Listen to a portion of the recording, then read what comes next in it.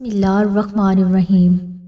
سیدنا ابو ہریرہ رضی اللہ عنہ نے بیان فرمایا کہ تبوک کی جنگ بڑی ہی کٹن تھی، حتیٰ کہ راستے میں تو شادان خالی ہو گئے۔ بھوک کی شدت تھی۔ صحابہ کرام نے آپس میں مشورہ کیا کہ اجازت لے کر اونٹ ذبح کر کے کھا لیں۔ اجازت ہو گئی تو وہ چھریاں نکال کر تیز کرنے لگے۔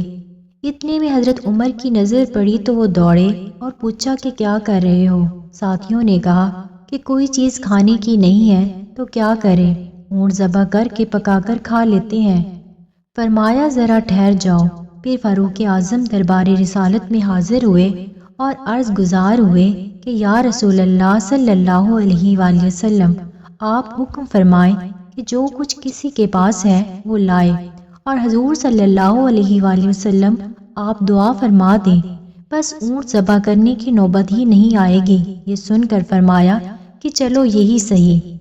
حضرت عمر فاروق نے اعلان کرا دیا کہ جو کچھ کسی کے پاس کھانے پینے کی چیز ہے تو لاؤ، تو دیکھا کہ کوئی مٹھی بھر کھجوریں لا رہا ہے، کوئی روٹی کا ٹکڑا پکڑے آ رہا ہے۔ پھر جو کچھ دسترخوان پر جمع ہوا، رحمت کائنات صلی اللہ علیہ وآلہ وسلم نے دعا فرمائی، پھر حکم دیا کہ پہلے اپنے اپنے توشہ دان بھر لو۔ سب نے توشہ دان بھر لیے، پھر فرمایا کہ اب کھاؤ۔ پورے لشکر نے سیر ہو کر کھا لیا تو کھانا پھر بھی بچ گیا۔ سیدنا عمران بن حسین صحابی رضی اللہ عنہ نے فرمایا کہ ہم لوگ سفر میں تھے اور ساتھ ہی رسول صلی اللہ علیہ وآلہ وسلم بھی تھے۔ راستے میں ساتھیوں نے پیاس کی شکایت کی تو سرکار صلی اللہ علیہ وآلہ وسلم ٹھہر گئے اور حضرت علی رضی اللہ عنہ اور ایک دوسرے صحابی سے فرمایا کہ تم جاؤ اور فلاں جگہ تمہیں ایک عورت ملے گی جو کہ اونٹ پر 2 مشکیزیں پانی کے رکھے ہوئے ہوگی، اس عورت کو اونٹ سمیت یہاں لے آؤ۔ وہ دونوں صحابی وہاں پہنچے تو دیکھا کہ واقعی عورت اونٹ پر 2 مشکیزیں رکھے جا رہی ہے۔ اس کو دونوں حضرات نے فرمایا کہ رسول صلی اللہ علیہ وآلہ وسلم کی خدمت میں حاضر ہو۔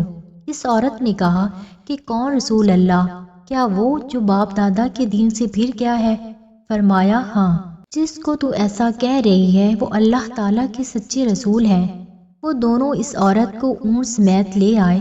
سرکار صلی اللہ علیہ وآلہ وسلم نے فرمایا دونوں مشکیزیں اتار لو، اور ایک برتن میں پانی ڈال دیا گیا، اور پھر فرمایا ان مشکیزوں کے منہ کھول دو اور سب پانی پیو۔ سب نے پانی پیا اور برتن بھی بھر لیے۔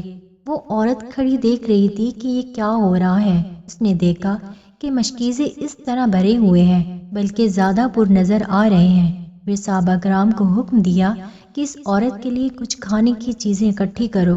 کپڑا بچھا دیا گیا اور اس میں اشیاء خوردنی ڈالتے گئے۔ وہ کپڑا بھر گیا اور سب کچھ اس عورت کو دے دیا اور فرمایا کہ بی بی، ہم نے تیرے پانی سے کچھ نہیں لیا بلکہ ہمیں اللہ تعالیٰ نے پانی عطا کیا ہے۔ وہ عورت جب روانہ ہو کر اپنے اہل خانہ کے ہاں پہنچی تو انہوں نے دیر کی وجہ پوچھی۔ اس عورت نے سارا ماجرا سنا دیا تو وہ لوگ سارے کے سارے حاضر ہو کر ہلکا بگوئی اسلام ہو گئے اور صحابی بن گئے۔ سیدنا انس صحابی رضی اللہ عنہ فرماتے ہیں کہ جب تاجدار مدینہ صلی اللہ علیہ وآلہ وسلم نے حضرت زینب کے ساتھ نکاح کیا تو میری والدہ ام سلیم نے کھجور، پنیر اور گھی سے حلوہ تیار کیا اور اس کو ایک برتن میں ڈال کر مجھے فرمایا بیٹا انس یہ لے جا اور رسول صلی اللہ علیہ وآلہ وسلم کی خدمت میں پیش کر، اور عرض کر کہ یہ میری والدہ نے حاضر کیا ہے، اور ساتھ ہی عرض کرتی ہیں کہ یہ حقیر سا ہدیہ قبول فرمائیں۔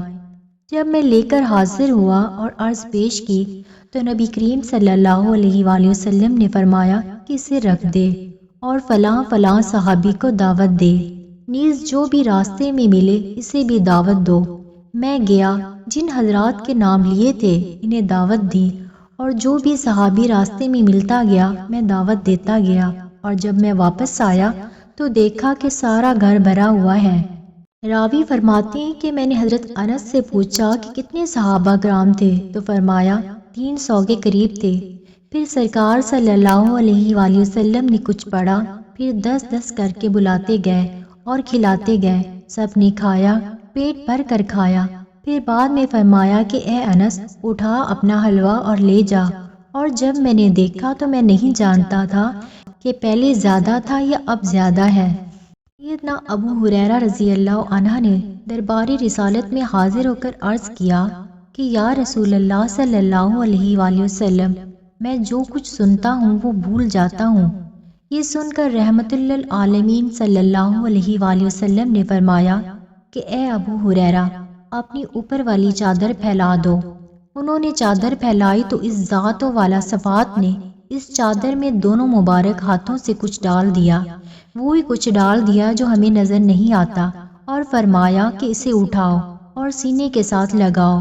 میں نے لگا لیا تو کبھی کوئی بات نہ بھولتی تھی، بلکہ پچھلی بھولی باتیں بھی یاد ہو گئیں۔ ایک صحابی کی روایت ہے کہ میں ایک جنگ میں شریک ہوا اور دوران جنگ کسی نے میرے بازو پر حملہ کر دیا، جس کی وجہ سے میرا بازو جسم کے ساتھ لٹک گیا۔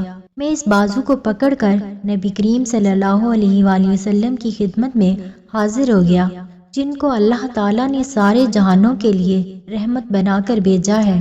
یہ دیکھ کر اس رحمت کائنات نبی کریم صلی اللہ علیہ وآلہ وسلم نے آب دہن مبارک لگا کر میرا بازو میرے کندھے کے ساتھ جوڑ دیا تو میں اسی وقت بالکل ٹھیک ہو گیا، اور پھر میں نے اسی بازو کے ساتھ اسی دشمن کو قتل کر دیا جس نے میرا بازو کاٹا تھا۔ اسی طرح حضرت عکاشہ فرماتے ہیں کہ دوران جنگ میری تلوار ٹوٹ گئی تو مجھے مالک کونین صلی اللہ علیہ وآلہ وسلم نے ایک لکڑی پکڑا دی۔ میں نے دیکھا تو وہ تلوار بن گئی ہے۔ میں اسی کے ساتھ مشرکوں کو قتل کرتا رہا۔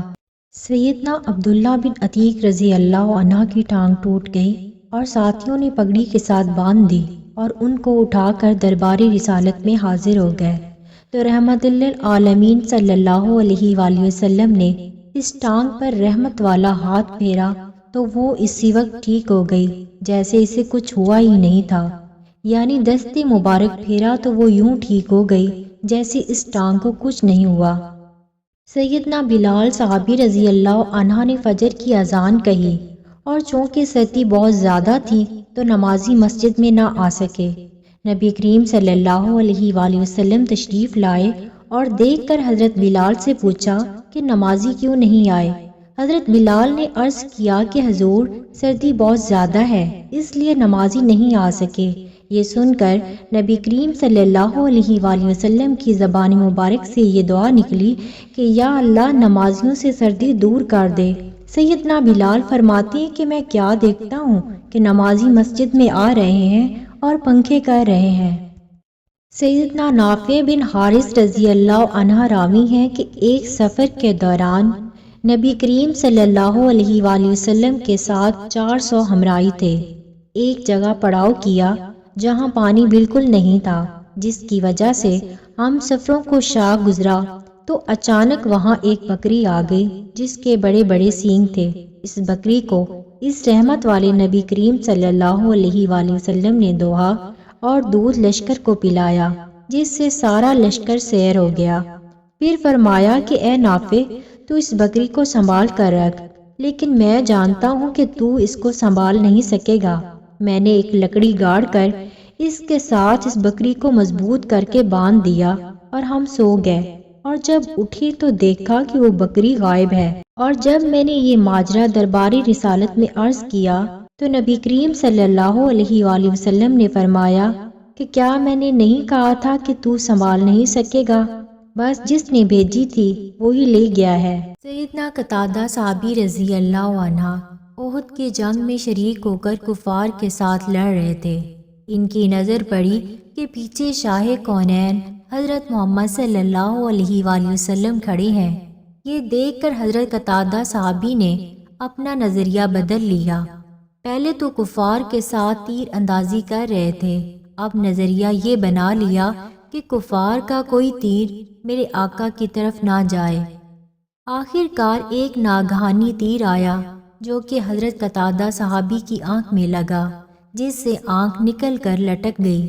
جنگ ختم ہونے پر ساتھیوں نے مشورہ دیا کہ اے قتادہ، آنکھ تو نکل گئی اور اب یہ پٹھے کے ساتھ لٹک رہی ہے، جس سے تجھے تکلیف ہوتی ہوگی، لاؤ اسے کاٹ دیں۔ یہ سن کر حضرت قتادہ نے فرمایا کہ میں آنکھ نہیں کٹواؤں گا اور آنکھ کو پکڑ کر اس ذات والا صفات کی خدمت میں حاضر ہو گئے جن کو اللہ تعالیٰ نے سارے جہانوں کے لیے رحمت بنا کر بھیجا ہے، اور عرض گزار ہوئے کہ یا رسول اللہ صلی اللہ علیہ وآلہ وسلم، ساتھی کہتے ہیں کہ آنکھ کا پٹھا جس کے ساتھ لٹک رہی ہے کٹوا دے۔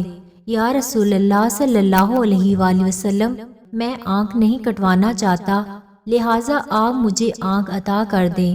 رحمت کائنات حضرت محمد صلی اللہ علیہ وآلہ وسلم نے فرمایا کہ اے قتادہ، اگر تو صبر کرے تو تیرے لیے جنت ہے۔ یہ سن کر عرض کیا کہ بے شک جنت بہت ہی بڑی جزا اور عطا ہے، وہ تو سرکار صلی اللہ علیہ وآلہ وسلم کے صدقے سے مل ہی جائے گی۔ میں تو آنکھ لینے آیا ہوں، آپ مجھے میری آنکھ واپس کر دیں اور میرے لیے جنت کے لیے دعا فرما دیں۔ حضرت محمد صلی اللہ علیہ وآلہ وسلم نے فرمایا کہ اے قتادہ، قریب آؤ۔ وہ قریب آیا تو پیارے نبی کریم صلی اللہ علیہ وآلہ وسلم نے آنکھ پکڑ کر اس کی جگہ میں رکھ کر عرض کیا، یا اللہ، یہ قتادہ اپنے چہرے کے ساتھ تیرے نبی کا چہرہ بچاتا رہا ہے، لہٰذا اس کی آنکھ درست کر دے۔ نبی کریم صلی اللہ علیہ وآلہ وسلم نے جب ہاتھ مبارک اٹھایا تو وہ بالکل ٹھیک تھی۔ وہ آنکھ دوسری آنکھ سے زیادہ خوبصورت تھی۔ دوسری آنکھ میں کبھی سرخی کبھی پانی، لیکن وہ آنکھ جس کو رحمت والے نبی کا رحمت والا ہاتھ مبارک لگا، اسے کبھی کچھ ہوا ہی نہیں۔